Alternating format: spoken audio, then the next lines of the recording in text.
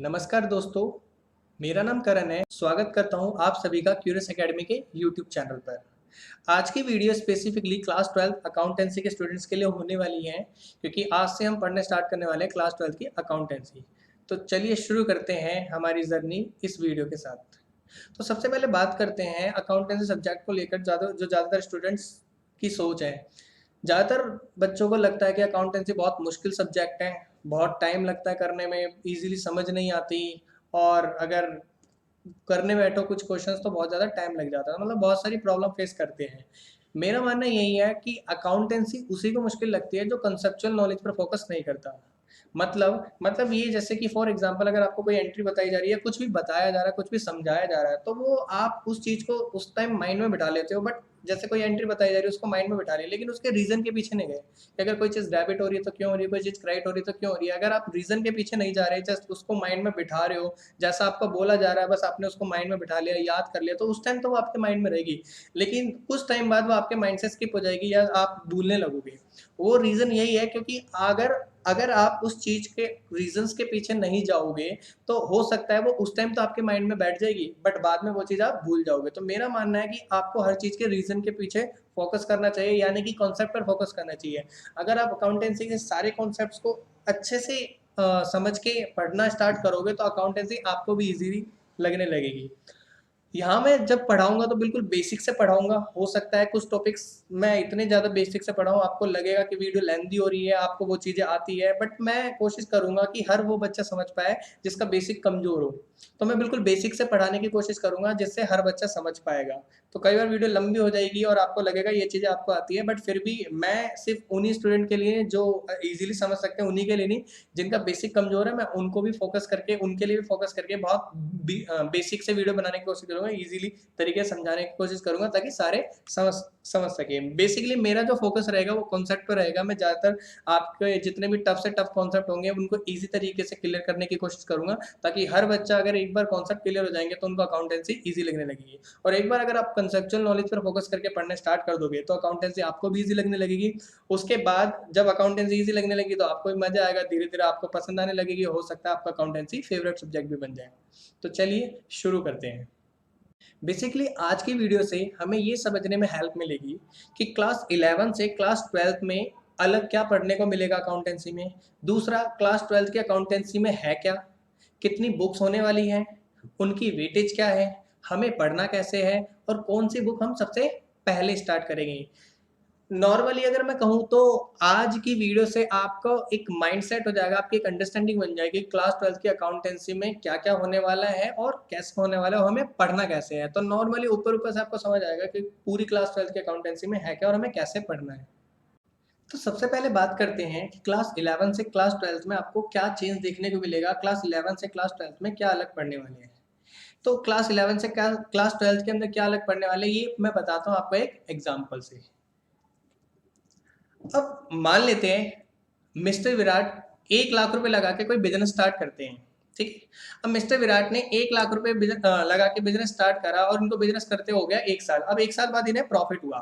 अब जब इन्हें 1 साल बाद प्रॉफिट हुआ, तो जो भी प्रॉफिट इनको हुआ, फॉर एग्जाम्पल मान लेते हैं इनको प्रॉफिट हुआ 10,000 रुपीज का, तो जो भी प्रॉफिट हुआ वो सारा का सारा मिस्टर विराट का है। तो 1 साल बाद इनको 10,000 रुपए का प्रॉफिट हुआ, जो जो भी प्रॉफिट हुआ वो क्योंकि अकेले अभी ओनर है तो मिस्टर विराट को ये सारा प्रॉफिट मिल जाएगा। अब मान लो मिस्टर विराट को लग रहा है कि ये बिजनेस बहुत बड़े लेवल पे जा सकता है, इस बिजनेस को और ग्रो किया जाए, तो अब मिस्टर विराट को बिजनेस और बड़े लेवल पे ले जाने के लिए इसमें और पैसा लगाना पड़ेगा। अब और पैसे लगाने के लिए मिस्टर विराट के पास ज्यादा पैसे है नहीं, तो अब लोन वो लेना नहीं चाहते। तो अब मिस्टर विराट चाहते हैं कि कोई ऐसा तरीका हो जिससे उसके पास पैसा भी आ जाए और बिजनेस में पैसा भी लग जाए और थोड़े मतलब लोन वगैरह का कर्जा भी ना हो। तो मिस्टर विराट ने सोचा क्यों ना अपने किसी फ्रेंड से बात की जाए और उसको पार्टनर बनाया जाए, क्योंकि अब बिजनेस को ग्रो करने के लिए इनको पैसों की जरूरत है, और पैसों की जरूरत है तो क्यों ना किसी ऐसे फ्रेंड से बात की जाए जो पैसे भी लगा जाए और साथ में पार्टनर बन के काम करेगा। तो अभी एक एक पर्सन का दिमाग लग रहा है बिजनेस में, बाद में 2 पर्सन का लगेंगे। तो मिस्टर विराट को अब कुछ पैसों की जरूरत है। अब मान लो मिस्टर विराट को पैसों की जरूरत है अपने बिजनेस को बढ़ाने के लिए, तो मिस्टर विराट ने क्या करा, he added Rohit in his business who contribute rupees 3 lakh as capital. अब मिस्टर विराट ने अपने एक फ्रेंड रोहित को अपने साथ बिजनेस में ऐड कर लिया। अब बिजनेस में ऐड कर लिया तो Rohit as a partner add हुआ है और उसने 3 लाख रुपए लगाए हैं। तो अब यहाँ पर बिजनेस के अंदर सिर्फ विराट ओनर नहीं है, यहाँ पर जो है विराट और रोहित दोनों ओनर है, जिसके अंदर विराट ने लगा रखे हैं 1 लाख रुपए और रोहित ने लगा रखे हैं 3 लाख रुपए। तो अब इसका मतलब अगर अब प्रॉफिट होगा, मान लेते हैं 1 साल बीत गया और 1 साल बीतने के बाद अब इनको प्रॉफिट हुआ, तो मान लेते हैं फॉर एग्जाम्पल प्रॉफिट हुआ 50,000 रुपए का। तो पहले मिस्टर विराट अकेला ओनर था तो सारा प्रॉफिट मिस्टर विराट को मिला, लेकिन इस बार जो है 2 ओनर है। अगर 2 ओनर है तो प्रॉफिट भी दोनों को मिलेगा, क्योंकि अब जो बिजनेस के अंदर अकेला ओनर नहीं है, 2 ओनर है। जब 2 ओनर है तो ये आपस में कहलाएंगे पार्टनर्स। तो अब ये पार्टनर्स है तो ये 50,000 रुपए का प्रॉफिट आपस में पार्टनर्स है तो बांटेंगे। अब कुछ बच्चों के माइंड में आएगा इक्वल बांटेंगे, तो जरूरी नहीं है इक्वल बांटे, वो डिपेंड करता है। जब विराट और रोहित जब दोनों ने बिजनेस स्टार्ट करा, इन दोनों ने बिजनेस स्टार्ट करा तो इनके बीच कुछ बात हुई होगी, इन्होंने डिसाइड करा होगा कि प्रॉफिट होगा तो हम कैसे शेयर करेंगे। हो सकता है इन्होंने डिसाइड करा 50-50, तो 25,000 विराट को मिल जाएंगे, 25,000 रोहित को। हो सकता है इन्होंने डिसाइड करा हो कि 60-40, 60% विराट को मिलेगा, 40% रोहित को। तो इस 60% का मतलब 50,000 का 60% हो जाएगा 30,000 रुपए, तो 30,000 विराट को मिल जाएगा और 40% मतलब कि 20,000 वो मिल जाएगा रोहित को। तो ऐसा भी हो सकता है, मतलब वो कुछ भी डिसाइड कर सकते हैं, वो इक्वली भी हो सकता है, विराट को ज्यादा रोहित को कम भी हो सकता है, या हो सकता है विराट को कम मिले रोहित को ज्यादा, वो डिपेंड करता है इनके बात पर। ठीक है, अब मान लो 1 साल हो गया, अब इन्होंने बिजनेस स्टार्ट करा, इनको 50,000 का प्रॉफिट हुआ जो इन्होंने आपस में शेयर कर लिया। अब मान लो इनको लग रहा है कि बिजनेस और बड़े लेवल पे जा सकता है, तो बिजनेस और बड़े लेवल पे ले जाने के लिए इनको और पैसे की जरूरत है। अब ये फिर से लोन लेना नहीं चाहते, तो ये फिर से अपने किसी फ्रेंड से बात करते हैं और उनको एज अ पार्टनर जोड़ते हैं। तो अब इन्होंने क्या है, they need more money to grow their business, इनको अपने बिजनेस को ग्रो करने के लिए और पैसे की जरूरत है। तो इन्होंने क्या करा, शिखर और राहुल को एडमिट कर लिया एज अ पार्टनर। मतलब पहले 2 लोग थे, 4 लोग पार्टनर बन गए, और शिखर और राहुल ने लगाए 2-2 लाख रुपए। तो अब जो है यहाँ पर इस बिजनेस के अंदर 1 नहीं 2 नहीं 4 पार्टनर्स हो गए, मतलब 4 ओनर हो गए, जिसमें विराट ने लगा रखे 1 लाख, रोहित ने लगा रखे 3 लाख, शिखर ने लगा रखे 2 लाख, राहुल ने लगा रखे 2 लाख। तो अब यहाँ पर अगर इन केस मान लो इनको 1 साल हो जाता है और 1 साल बाद प्रॉफिट होता है, तो अब जब प्रॉफिट होगा तो अब वो प्रॉफिट बटेगा 4 लोगों में। अगर मान लो अब अगर प्रॉफिट होगा तो वो प्रॉफिट जो है वो इन 4 लोगों में बटेगा। मान लेते हैं अगर मान लो 1 लाख रुपए का प्रॉफिट हुआ, तो ये जो 1 लाख रुपए ये इन 4 में बटेगा। अब वो कैसे बटेगा, हो सकता है ये इन्होंने डिसाइड करा कि इक्वल, तो 25-25 हजार सबको मिल जाएगा। वो किसी रेशो में भी हो सकता है, रेशो इस टाइप की भी हो सकती है, 5:3:2:1 हो सकते हैं, उस हिसाब से जो भी उनके रेशो के अंदर जाएगा। तो डिपेंड करता है ये जितने भी ऑनर बन रहे, जितने भी पार्टनर्स बने, इनके ऊपर डिपेंड करता है कि इनके बीच आपसी बातचीत क्या हुई है कि अगर प्रॉफिट होगा तो उसको ये कैसे शेयर करेंगे।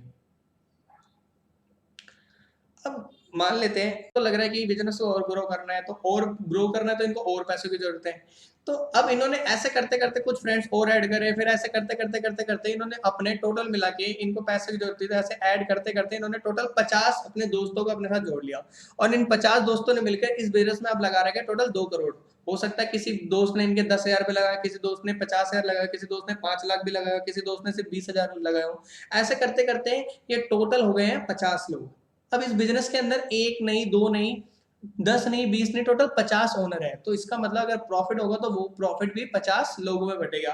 और वो 50 लोगों में कैसे बटेगा वो डिपेंड करता है इन सारे पार्टनर्स के ऊपर। ये कैसे डिसाइड करते हैं, क्या इक्वली डिसाइड करते हैं तो सबको इक्वल मिलेगा, कोई रेशो फॉर्म में डिसाइड करता है तो उस रेशो में मिलेगा। तो सारी चीजें डिपेंड करती है पार्टनर्स पे। अब ये सारी चीजें मैं आपको क्यों बता रहा हूँ, देखो सबसे पहले जो हमने एग्जाम्पल लिया, जिसके अंदर हमने लिया कि मिस्टर विराट जिन्होंने बिजनेस स्टार्ट करा था 1 लाख रुपए लगा के, तो जब इन्होंने बिजनेस में 1 लाख रुपए लगा के बिजनेस स्टार्ट करा था, जब इन्हें प्रॉफिट हुआ था तो वो सारा का सारा इन्हीं को मिला था। ठीक है, ये था स्टेज 1 जिसमें ये इंडिविजुअल ओनर था। लेकिन जैसे ही इन्होंने रोहित को एडमिट करा तो ये 1 से 2 ओनर हो गए। जैसे ही 2 किसी बिजनेस के अंदर 2 ओनर हो गए तो वो एक ओनर नहीं है, वहां दो ओनर है, तो वो आपस में कहलाएंगे पार्टनर्स। तो यहाँ विराट और रोहित पार्टनर बन गए। तो इससे क्या हुआ, इससे मिस्टर विराट पहले अकेला बिजनेस के अंदर दिमाग लगाते थे, अब दो लोग दिमाग लगा पाएंगे। अब जो भी काम है वो दो लोग संभाल पाएंगे, तो बिजनेस अच्छे से चल पाएगा। और थोड़े पैसे भी रोहित ने लगा दिए, तो ये भी हेल्प मिल गई।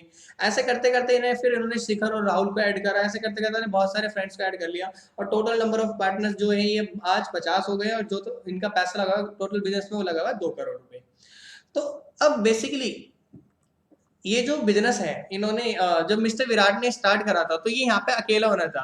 तो जब कोई अकेला बंदा बिजनेस स्टार्ट करता है, अकेला ओनर होता है, तो जिन बिजनेस के अंदर अकेले ओनर होते हैं उनको कहते हैं सोल प्रोप्राइटरशिप। सोल मतलब इंडिविजुअल, अकेला कह लो, और प्रोप्राइटरशिप मतलब ओनरशिप।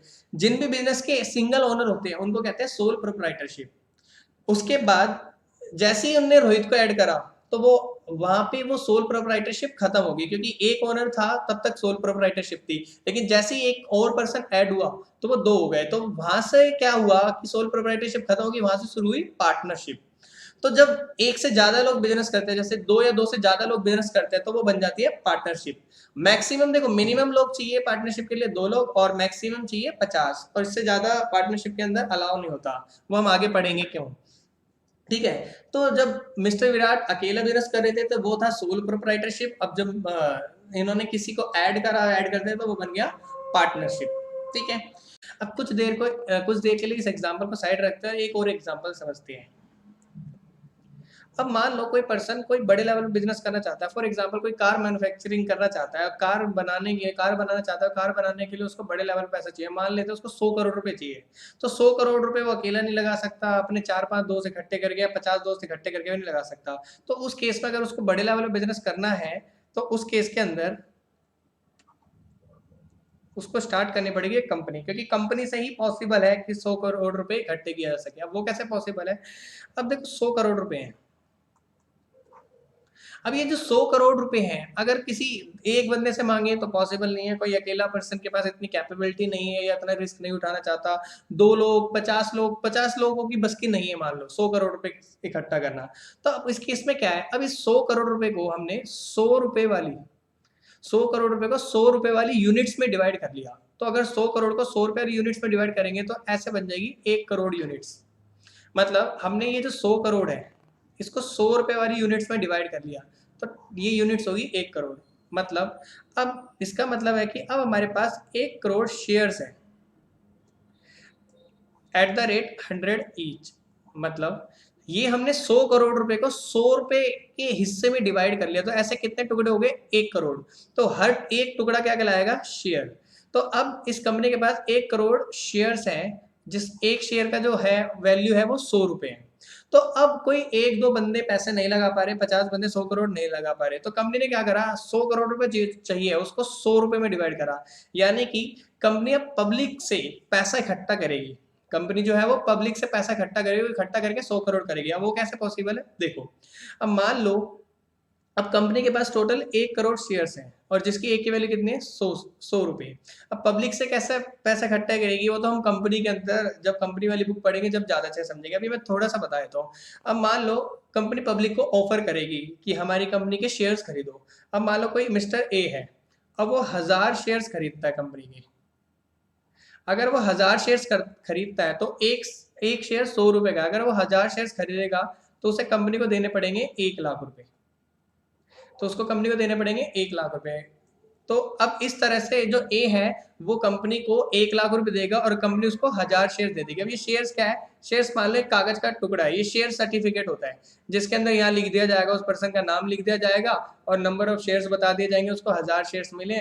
और शेयर्स मिलने के बाद क्या है, अब जो ए है, ए के पास जैसे ये शेयर्स पहुंचेंगे तो ए ने 1 लाख रुपए देके ये 1000 शेयर्स खरीदे हैं, तो ए भी अब इस कंपनी का ओनर कहलाएगा।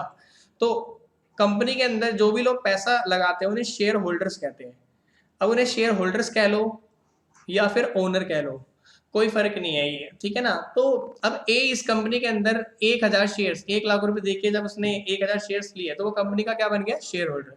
ऐसे बी है, बी ने मान लो 100 शेयर्स खरीदे। अब एक शेयर 100 रुपीज का है, तो जो 100 शेयर्स है वो हो जाएंगे 10,000 रुपए के। तो अब बी को भी कंपनी क्या करेगी, कंपनी बी को भी शेयर्स दे देगी। ऐसे करते करते कोई सी आएगा, कोई डी, ऐसे करते बहुत सारे पर्सन आते जाएंगे। तो धीरे धीरे कोई 1000 शेयर्स लेगा, कोई 100 शेयर्स लेगा, कोई 200 शेयर्स लेगा, कोई 500 शेयर्स लेगा, कोई 3000 शेयर्स लेगा। ऐसे करते करते कंपनी के पास बहुत सारे शेयर होल्डर्स हो जाएंगे।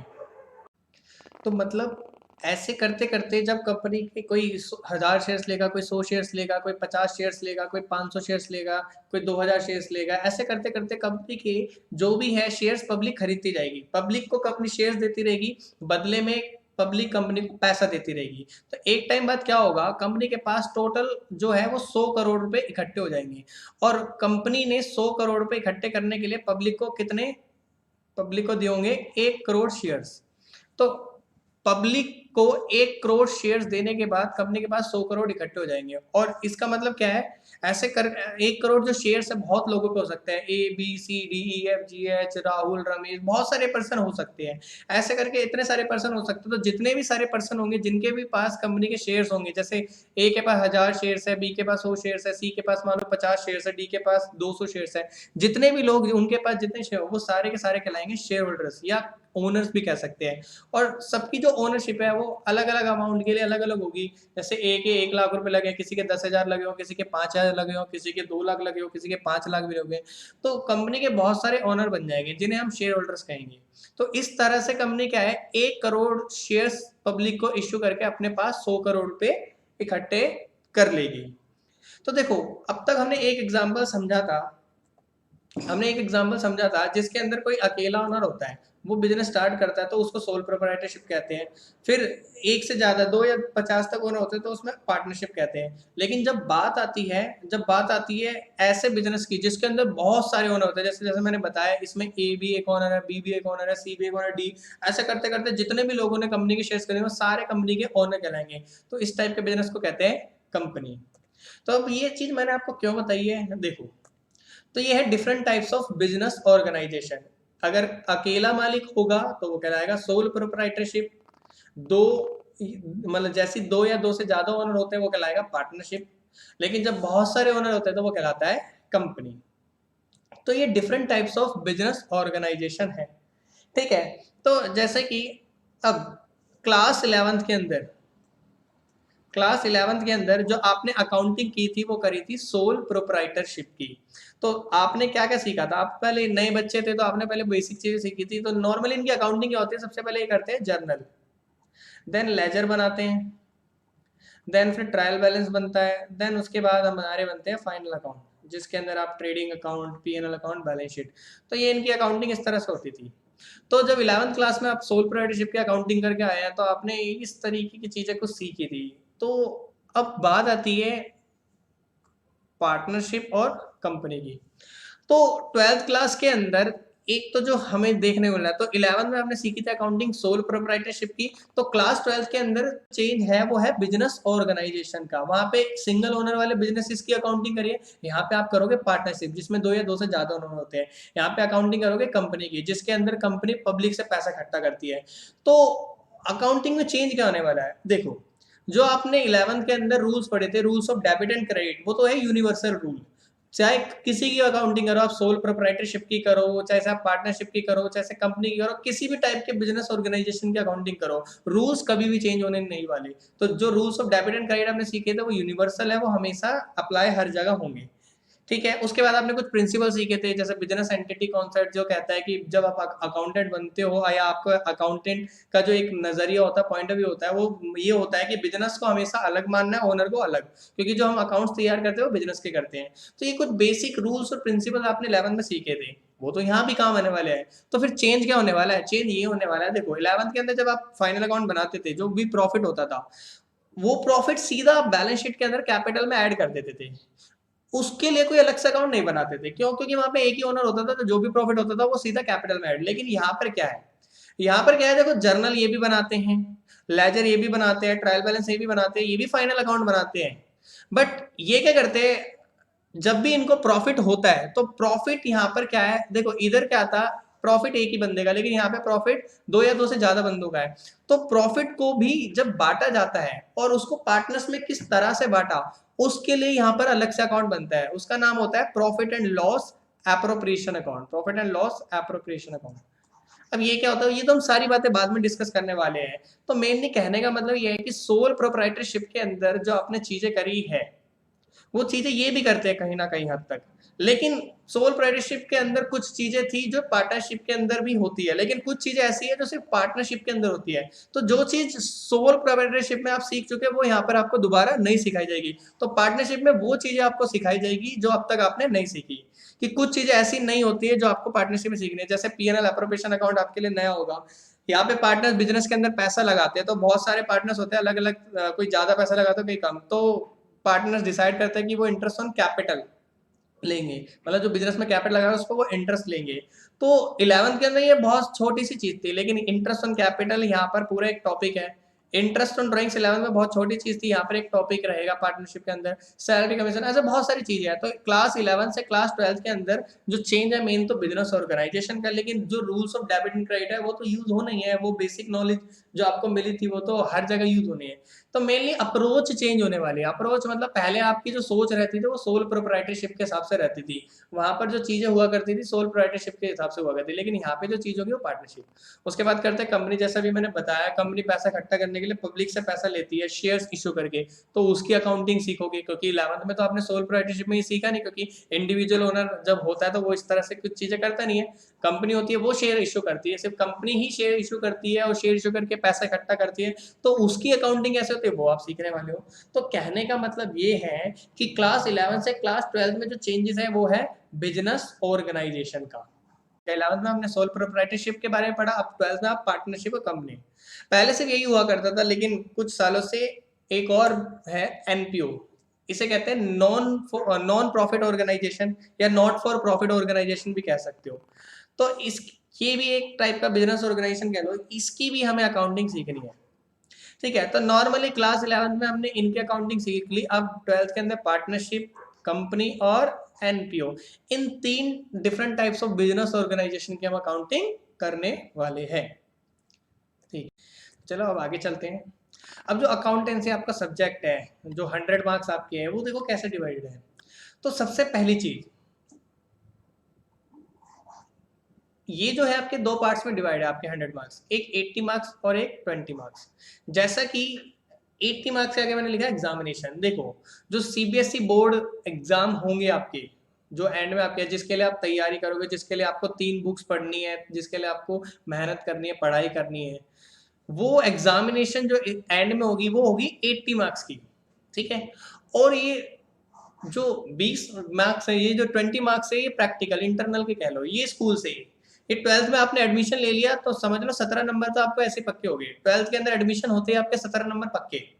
हाँ, अब आपको जो है, अगर कुछ बच्चों को 20 में से 20, अगर आप अच्छे पढ़ते रहोगे, तरीके से पढ़ते रहोगे, टीचर के अगर आपको टीचर को लगेगा कि हाँ आप पढ़ रहे हो, मेहनत कर रहे हो, टीचर को लगेगा अच्छा बच्चा है, तो 20 भी मिलते हैं।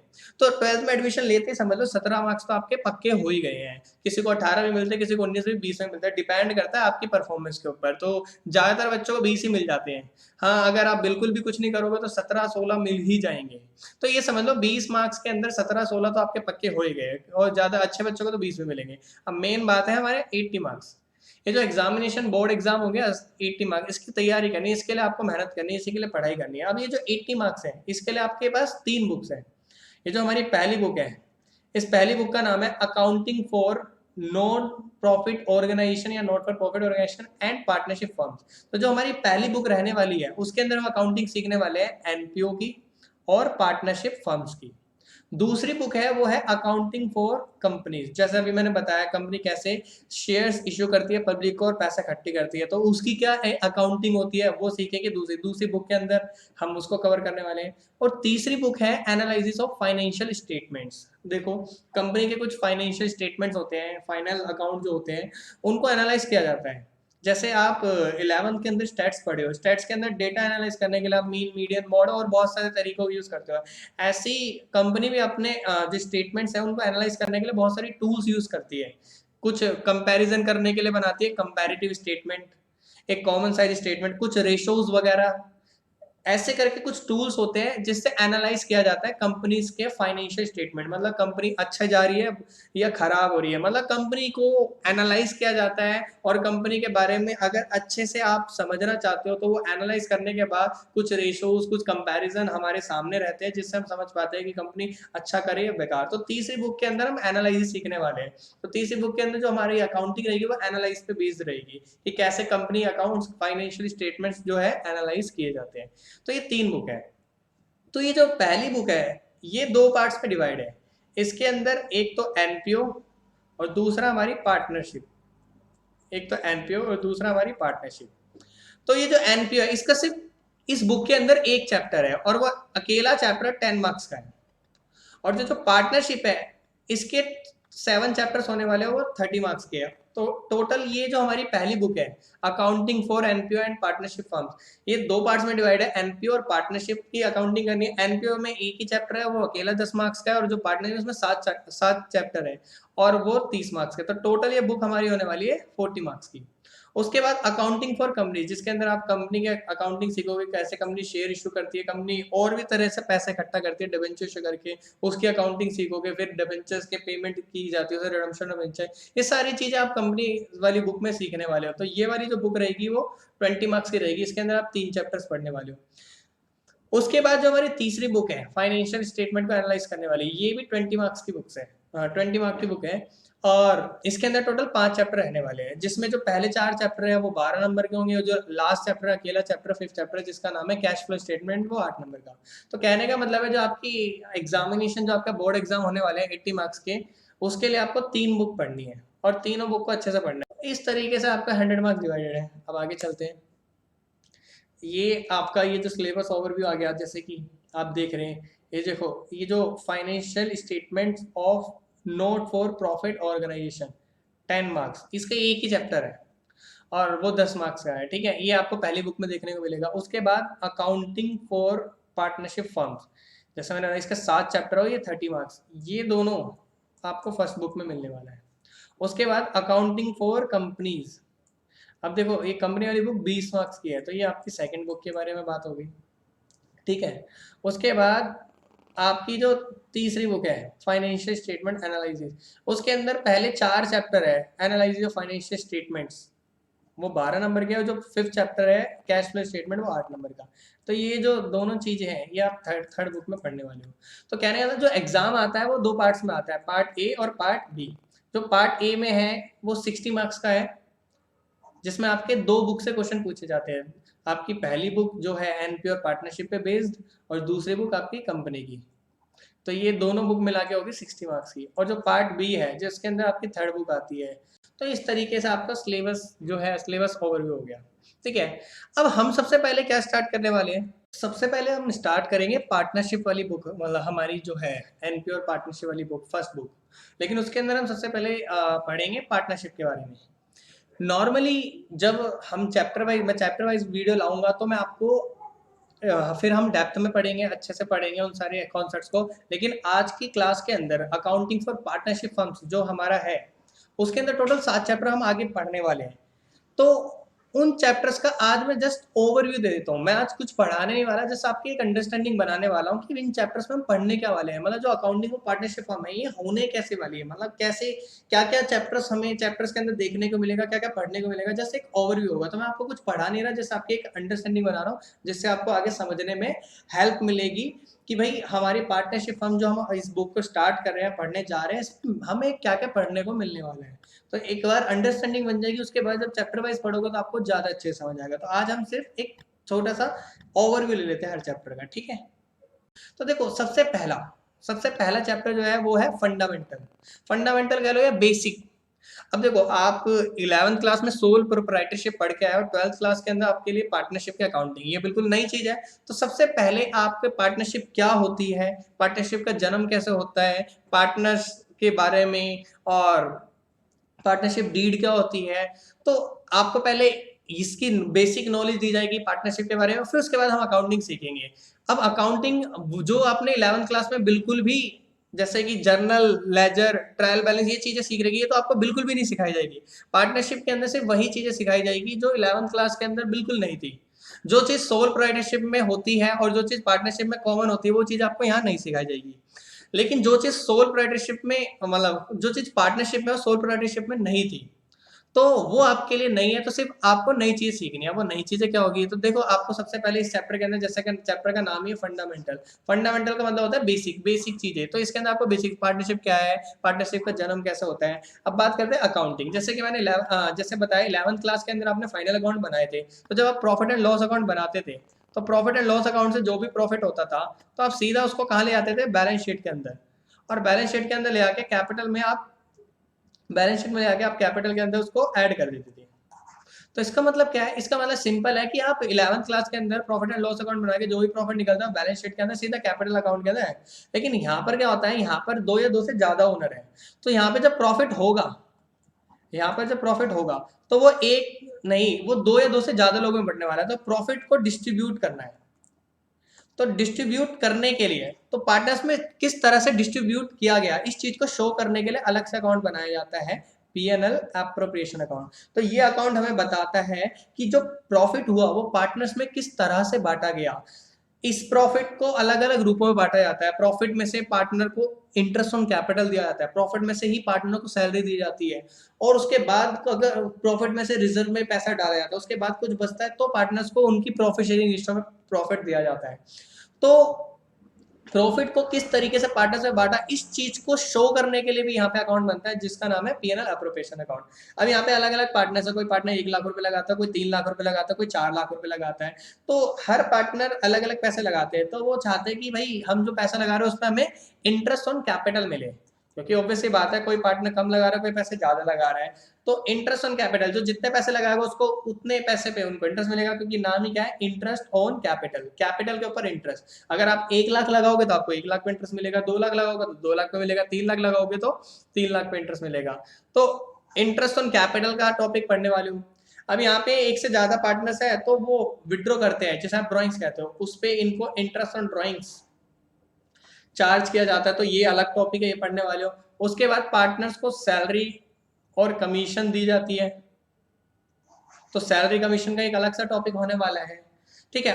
और सबसे मेन चीज 11th क्लास के अंदर जब एक ही ओनर था तो उसके अंदर क्या होता था कि कैपिटल अकाउंट हमने नहीं बनाया, क्योंकि वहां पे एक ही ओनर होता था, जो भी पैसे होते थे वो सीधा बैलेंस शीट के अंदर कैपिटल में। लेकिन यहाँ पे एक से ज्यादा पार्टनर है, यहाँ पे मान लो 2 या 2 से ज्यादा पार्टनर है, तो हमारे को पता होने चाहिए ना कि किस पार्टनर का कितना पैसा लगा हुआ है। अब किस पार्टनर का कितना पैसा लगा हुआ है ये जानने के लिए हमें बनाने पड़ते हैं पार्टनर्स कैपिटल अकाउंट। तो आपके लिए ये भी नया होने वाला है, पार्टनर्स कैपिटल अकाउंट बनाना सीखोगे, क्योंकि यहाँ पे एक से ज्यादा ओनर है, सबके अलग अलग किसका कितना पैसा लगा हुआ है वो हमें पता चलता है पार्टनर्स कैपिटल। बाकी सारी चीजें इन डेप्थ हम बाद में जब चैप्टर वाइज वीडियोस मैं लेकर आऊंगा जल्दी आपकी, उसके हिसाब से तो पहला जो हमारी नेक्स्ट वीडियो होगी वो इसी चैप्टर के ऊपर बेस्ड होगी, फंडामेंटल, जिसके अंदर मैं आपको बिल्कुल बेसिक से बताऊंगा इस चैप्टर के बारे में। तो कहने का मतलब है फंडामेंटल के अंदर ये सारी चीजें नहीं जानने वाले हैं, ठीक है।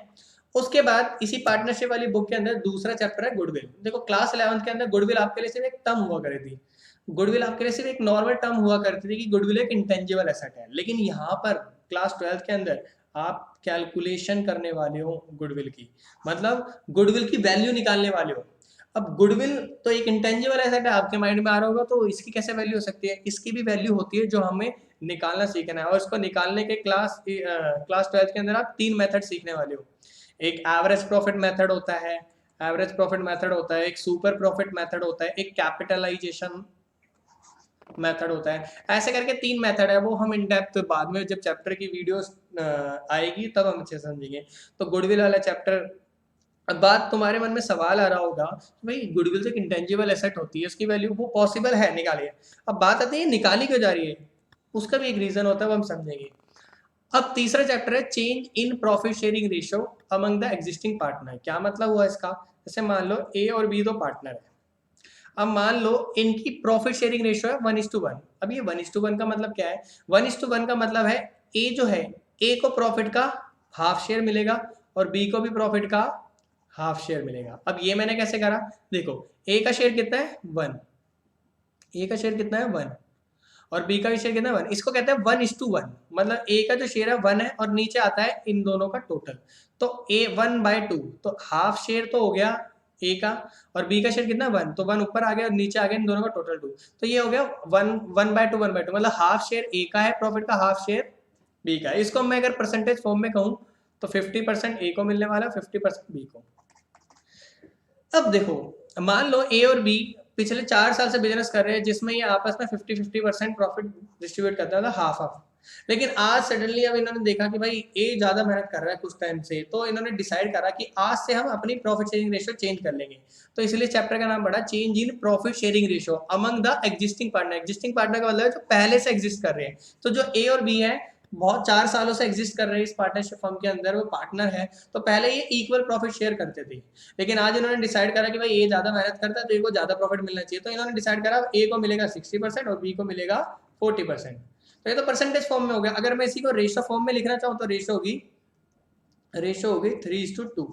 अब ये मैंने कैसे निकाली, बाकी सारी चीजें हम बाद में इंडेप्थ बाद में अच्छे समझेंगे। तो 3:2, तो अब अगर प्रॉफिट होगा तो ए को मिलेगा 60%, बी को मिलेगा 40%। अब इससे होगा क्या, देखो पहले ए का शेयर कितना था 50%, अब बी का और बी का शेयर कितना था 50%। लेकिन अब देखो, अब ए का शेयर हो गया 60% और बी का शेयर हो गया 40%। तो हम ये कह सकते हैं कि जो ए है, ए का पहले 50 था 60, तो ए का जो 10% शेयर वो बढ़ गया और बी का जो 10% शेयर है वो कम हो गया। तो हम इसको यूं कह सकते हैं कि भाई ए अब ज्यादा मेहनत करता है तो बी ने अपना 10% शेयर ए को दे दिया। लेकिन कोई भी पार्टनर किसी भी पार्टनर को फ्री के अंदर शेयर नहीं देता। तो अब जब ए ने देखो, ए का शेयर 50% से 60% 10% बढ़ गया और बी का शेयर 50% से 40% 10% घट गया। तो इसका मतलब है बी ने ए को 10% प्रॉफिट का शेयर दिया, लेकिन बदले में ए बी को कुछ पैसे देगा। क्यों देगा, क्योंकि ए को 10% शेयर भी तो मिला है, जो किसकी वजह से मिला है, क्योंकि बी का कम हुआ है। अब बी ने अपना 10% प्रॉफिट का शेयर सेक्रीफाइस कर दिया, सेक्रीफाइस करना अपना कम करवा लिया, मतलब आने वाले टाइम में बी को कम प्रॉफिट मिलेगा और जिसका फायदा किसको मिलेगा, ए को। अब ए का जो है पहले 50 था, अब 60 हो गया, बी का 50 से 40, तो बी का 10% कम हो गया, ए के पास चला गया। लेकिन ए को इस चीज के बदले में बी को कुछ पैसे देने पड़ेंगे। अब वो कितने पैसे देने पड़ेंगे, उन पैसों को कैलकुलेट करने के लिए इनके पास वैल्यू होनी चाहिए गुडविल की। तो मान लो अगर गुडविल की वैल्यू इनके पास है 2 लाख रुपए, तो ए का शेयर का कितना प्रॉफिट जो बढ़ा है 10%, तो 2 लाख का 10% हो गया 20,000। तो ए जो है बी को 20,000 रुपए देगा। क्यों देगा, क्योंकि ए का 10% शेयर बढ़ा और बी का घटा है। तो कहने का मतलब है बी ने अपना 10% शेयर ए को दिया है, लेकिन फ्री में नहीं देगा, बदले में ए को बी को कितने देने पड़ेंगे, गुडविल के 2 लाख रुपए, उसका 10% 20,000 रुपए देने पड़ेंगे। अब ये सारी चीजें क्या है, ये सारी चीजें हम समझने वाले हैं हमारे चैप्टर में। आज जस्ट ओवरव्यू होने वाला है। उसके बाद जो हमारा चैप्टर होने वाला है जो पार्टनरशिप के अंदर, उसका नाम है admission of a new partner. अब इसका मतलब क्या होने वाला है, जैसे मान लो ए और बी 2 पार्टनर हैं, ये पहले से पार्टनर है। अब इन्हें लग रहा है कि इनको इनके बिजनेस के अंदर और इनको पैसों की जरूरत है और कोई ऐसे बंदे की जरूरत है जो इनके साथ मिलकर बिजनेस अच्छे से इनके बिजनेस को चला सके। तो इन्होंने क्या करा, अपने एक फ्रेंड सी को इन्होंने एडमिट कर लिया बिजनेस के अंदर। अब इन्होंने अपने बिजनेस के अंदर सी को एडमिट कर लिया। अब देखो ध्यान से समझना, मैं परसेंटेज फॉर्म में समझाता हूँ आपको। मान लो पहले जब प्रॉफिट होता था तो 60% मिलता था ए को और 40% मिलता था बी को। अगर इसको रेशियो फॉर्म में अगर समझना चाहते हो तो रेशियो फॉर्म में हम इसको 3:2 भी बोल सकते हैं। लेकिन परसेंटेज फॉर्म में बोला तो 60% ए को मिलता है, 40% बी को। पहले ऐसा होता था जब सिर्फ 2 पार्टनर थे, लेकिन अब इन्हें जरूरत थी एक पर्सन की जो बिजनेस में पैसा भी लगा सके और इनके साथ साथ बिजनेस को अच्छे से चला सके। तो इन्होंने अपने पार्टनर अपने फ्रेंड सी को एडमिट कर लिया। अब ऑब्वियस सी बात है, सी एडमिट हुआ है तो उसको बिजनेस के अंदर पैसा लगाना पड़ेगा। पैसा लगाना मतलब वो कैपिटल लेके आएगा। मान के चलते हैं वो कैपिटल लेके आता है 2 लाख, तो वो बिजनेस के अंदर 2 लाख रुपए लगाता है। अब बिजनेस में पैसा लगा रहा है तो ऑब्वियस सी बात है उसको प्रॉफिट, एक तो एसेट्स में हिस्सा चाहिए और प्रॉफिट में। तो अब ये दोनों, अभी जो प्रॉफिट होता था सिर्फ 2 लोगों में बढ़ता था। देखो तो प्रॉफिट है 100% वैल्यू जो है प्रॉफिट की वो 60% ए के पास जाती थी, 40% बी। अब सी को मान लो सी एडमिट हुआ तो उसको प्रॉफिट शेयर देना पड़ेगा। अब मान लो सी को दे रहे हैं 20% प्रॉफिट शेयर। अब 20% प्रॉफिट शेयर देगा कौन, 20% प्रॉफिट शेयर इन्हीं को कहीं से देना पड़ेगा। अब मान के चलते हैं अभी ए का 60% है। अब ए ने जो सी को 20% चाहिए उसमें से ए अपना 10% दे रहा है। तो अब आने वाले टाइम में ए का जो शेयर रह जाएगा वो रह जाएगा 50%, क्योंकि 60% था और इसने ए ने जो है सी को दे दिया 10%। तो ए ने अपना 10% दे दिया सी को। तो अब आने वाले टाइम में नया शेयर ए का हो जाएगा 50%। और बी का 40% शेयर था, उसने भी मान लो 10% दे दिया, ठीक है, तो बी ने भी अपना 10% दे दिया, तो अब बी का भी आने वाले टाइम में जो शेयर रह जाएगा वो रह जाएगा 30%, और सी को 10% ए से मिला, 10% बी से, हो गया 20%। तो आने वाले टाइम में ए बी सी जब ये तीन नए पार्टनर जाएंगे तो इनकी नई रेशियो जो हो जाएगी वो हो जाएगी हमारी 50%, ए को मिलेगा 30%, बी को मिलेगा 20%, बी को, तो ये रेशियो हो जाएगी। परसेंटेज फॉर्म में तो मैं ऐसे बता रहा हूँ, अगर इसको रेशियो फॉर्म में लिख रहा हूँ तो हम कह सकते हैं 5:3:2। अब देखो हुआ क्या, एडमिशन हुआ तो नया पार्टनर आएगा तो एक तो ऑब्वियस सी बात है पैसा लेके आएगा, पैसा लेके आ रहा है कैपिटल, तो उसको एसेट्स में हिस्सा मिल जाएगा। उसको दूसरा क्या है, प्रॉफिट में शेयर चाहिए, प्रॉफिट में शेयर कहीं ना कहीं पुराने पार्टनर को ही देना पड़ता है। तो हम कह सकते हैं कि पुराने पार्टनर अपने प्रॉफिट के शेयर को कुछ ना कुछ छोड़ना पड़ता है। तो देखो ए का पहले 60% था, लेकिन अब कितना हो गया 50%, बी का पहले 40% था, अब कितना हो गया 30%, और ये 10-10% का कम हो गया, सी को मिल गया 20%। अब इनको जो सी को 20% शेयर मिला है, देखो सी एक तो बिजनेस में पैसे लेके आएगा कैपिटल के 2 लाख रुपए, साथ साथ उसको एक पैसे और लाना है जिसे हम कहते हैं, आगे अच्छे से समझ आएगा, प्रीमियम फॉर गुडविल। अब ये क्या चीज होती है ये तो हम आगे चैप्टर में पढ़ेंगे। इसको प्रीमियम फॉर गुडविल लेके आनी पड़ेगी, और ये किस लिए लाना पड़ता है, जो इसको देखो ये जो 20% शेयर मिला है ना, ये कहीं ना कहीं ए ने दिया है 10% और बी ने दिया है। तो ए दोनों कहेंगे कि भाई जो तू कैपिटल लाया है इससे तो तेरे को हम अपने बिजनेस के एसेट में हिस्सा दे रहे हैं, लेकिन हम तेरे को आने वाले टाइम में 20% प्रॉफिट भी तो देंगे, उसके लिए भी तो हमें पैसे दें। तो तू एसेट के अंदर हिस्सा लेने के लिए तो कैपिटल लिया है, लेकिन प्रॉफिट में जो तुझे 20% हिस्सा दे रहा है उसके लिए भी पैसा ला, तो वो अलग से पैसा लाता है जिसे हम कहते हैं premium for goodwill. For example वो ले आया 50,000 रुपए, तो ये कहीं ना इन्हीं को मिलेगा, ए को और बी को। अब इनको क्यों मिलेगा, क्योंकि भाई ए ने अपना 10% शेयर दिया और बी ने अपना 10% शेयर दिया, तभी तो उसको 20% मिला है। तो 50,000 के आधे पैसे 25,000 ए को मिलेंगे और 25,000 बी। अब आधे क्यों, क्योंकि देखो 20% में से 10% तो ए ने दिया है और 10% बी ने, मतलब आधा आधा आधा शेयर दिया है। तो जब ये शेयर के बदले के लिए भी पैसे लाएगा 50,000, तो 25,000 ए को मिल जाएंगे, 25,000 बी को। ये जस्ट समझा रहा हूँ, बाकी जब हम ये चैप्टर पढ़ेंगे तो और अच्छे से समझेंगे। तो मेनली कहने का मतलब है, admission of a new partner का मतलब है जब 2 पार्टनर पहले से, या 3 पार्टनर पहले से, 4 पार्टनर, और जब किसी नए पार्टनर को एडमिट किया जाता है तो उसको कहा जाता है admission of a new partner. तो जैसे कि मैंने अभी आपको समझाया, एडमिशन होता है तो एक पार्टनर को क्या लाने पड़ते हैं, पैसे लेके आने पड़ते हैं, कैपिटल। इनने 2 लाख रुपए लाया था, इस कैपिटल लाने से उसको एसेट्स में हिस्सा मिलता है, क्योंकि इनके पास बिजनेस के अंदर बहुत सारी एसेट्स है ना, अभी तक तो उन एसेट्स में इन्हीं का पैसा लगा हुआ था। तो ये जो 2 लाख रुपए लाएगा इससे इसको एसेट में हिस्सा मिल जाएगा कि हाँ भाई अब इसकी जो एसेट्स इनके पास है ना उसमें इसका भी हक रहेगा, उसके लिए तो कैपिटल लिया है। लेकिन इसको प्रॉफिट का शेयर भी तो मिल रहा है 20%, इसके लिए तो कुछ पैसे देने पड़ेंगे, क्योंकि ए भाई अपना 10% शेयर दे रहा है, बी अपना 10% दे रहा है, तभी तो ए का 60% से आने वाले टाइम में कितना रह गया 50, बी का 40% से आने वाले टाइम में कितना रह गया 30%, और सी के मजे आ गए, सी को 20% प्रॉफिट मिलेगा। तो कहीं ना कहीं उसको 20% प्रॉफिट के शेयर के लिए भी पैसे लाने पड़ेंगे, जो उसको लाने पड़ेंगे प्रीमियम फॉर गुडविल, और ये इन दोनों को आधे आधे मिल जाएंगे। तो एडमिशन के अंदर ये नॉर्मल है, मतलब हम सीखेंगे कि न्यू रेशो कैसे निकलती है। फिर एक होती है सैक्रिफाइसिंग रेशियो, देखो इन्होंने 10% अपने शेयर का सैक्रिफाइस करा है। उसके बाद गुडविल की कैलकुलेशन होती है, फिर बहुत सारी चीजें होती है, इनका कैपिटल अकाउंट बनता है, रिवैल्यूएशन अकाउंट, वो सारी चीजें सीखेंगे। अभी जस्ट ओवरव्यू मिल जाएगा कि एडमिशन का मतलब क्या होता है। उसके बाद retirement of a partner. Retirement of a partner का मतलब होता है, जैसे मान लो ए बी और सी 3 पार्टनर की रेशियो 5:3:2। अब मैं थोड़ा जल्दी जल्दी समझा देता हूँ आपको, क्योंकि जब ये चैप्टर हम पढ़ेंगे तो जब ज़्यादा अच्छे समझ लेंगे। अब मान लो ए बी सी 3 पार्टनर है, अब ये इनकी रेशियो 5:3:2। अब किसी कारण से अब सी को लग रहा है कि वो ज़्यादा आगे काम नहीं कर पाएगा, तो सी रिटायर होना चाहता है, तो सी रिटायर हो जाएगा, सी रिटायर फर्म से रिटायर हो जाएगा। तो अभी ए बी सी 3 पार्टनर थे, तो जो प्रॉफिट होता था 50% या 5:3:2, ये रेशियो फॉर्म में हो गया। 50% ए को, 30% बी को, 20% सी को मिलता था। तो सी रिटायर होने के बाद फर्म में कौन रह जाएगा, पार्टनर सिर्फ ए और बी। तो पहले जो था, पहले जो भी प्रॉफिट होता था इन तीनों को मिलता था, लेकिन अब जो प्रॉफिट होगा सिर्फ ए और बी को मिलेगा। और कहीं ना कहीं सी को देखो, सी का शेयर था 2, इसको कह लो 20%, कहीं ना कहीं सी जब जाएगा और फर्म में कौन रह जाएंगे, ए और बी। कहीं ना कहीं जो सी का 20% शेयर है उसका आने वाले टाइम में ए और बी को तो बेनिफिट मिलने वाला है। तो ए और बी, जब कोई पार्टनर रिटायर होता है ना, तो वो अपना प्रॉफिट का शेयर छोड़कर जाता है जो पार्टनर रहता है उनके लिए। तो बदले में ना जो पार्टनर रह जाते हैं, वो रिटायरिंग पार्टनर जो रिटायर होता है उसको कुछ पैसे देते हैं गुडविल के। ये गुडविल बहुत इंपॉर्टेंट होने वाली है आप सभी के लिए। सेकंड चैप्टर जो भी गुडविल का है हमारा पार्टनरशिप के अंदर, उसके अंदर वैल्यू निकालना सीखेंगे और उसके बाद तुम्हें समझ आएगा कि गुडविल की वैल्यू क्यों निकाली जा रही है। क्योंकि जब भी पार्टनर्स आपस में पार्टनर्स की रेशियो चेंज होती है तो किसी का शेयर प्रॉफिट का बढ़ जाता है, किसी का घट जाता है।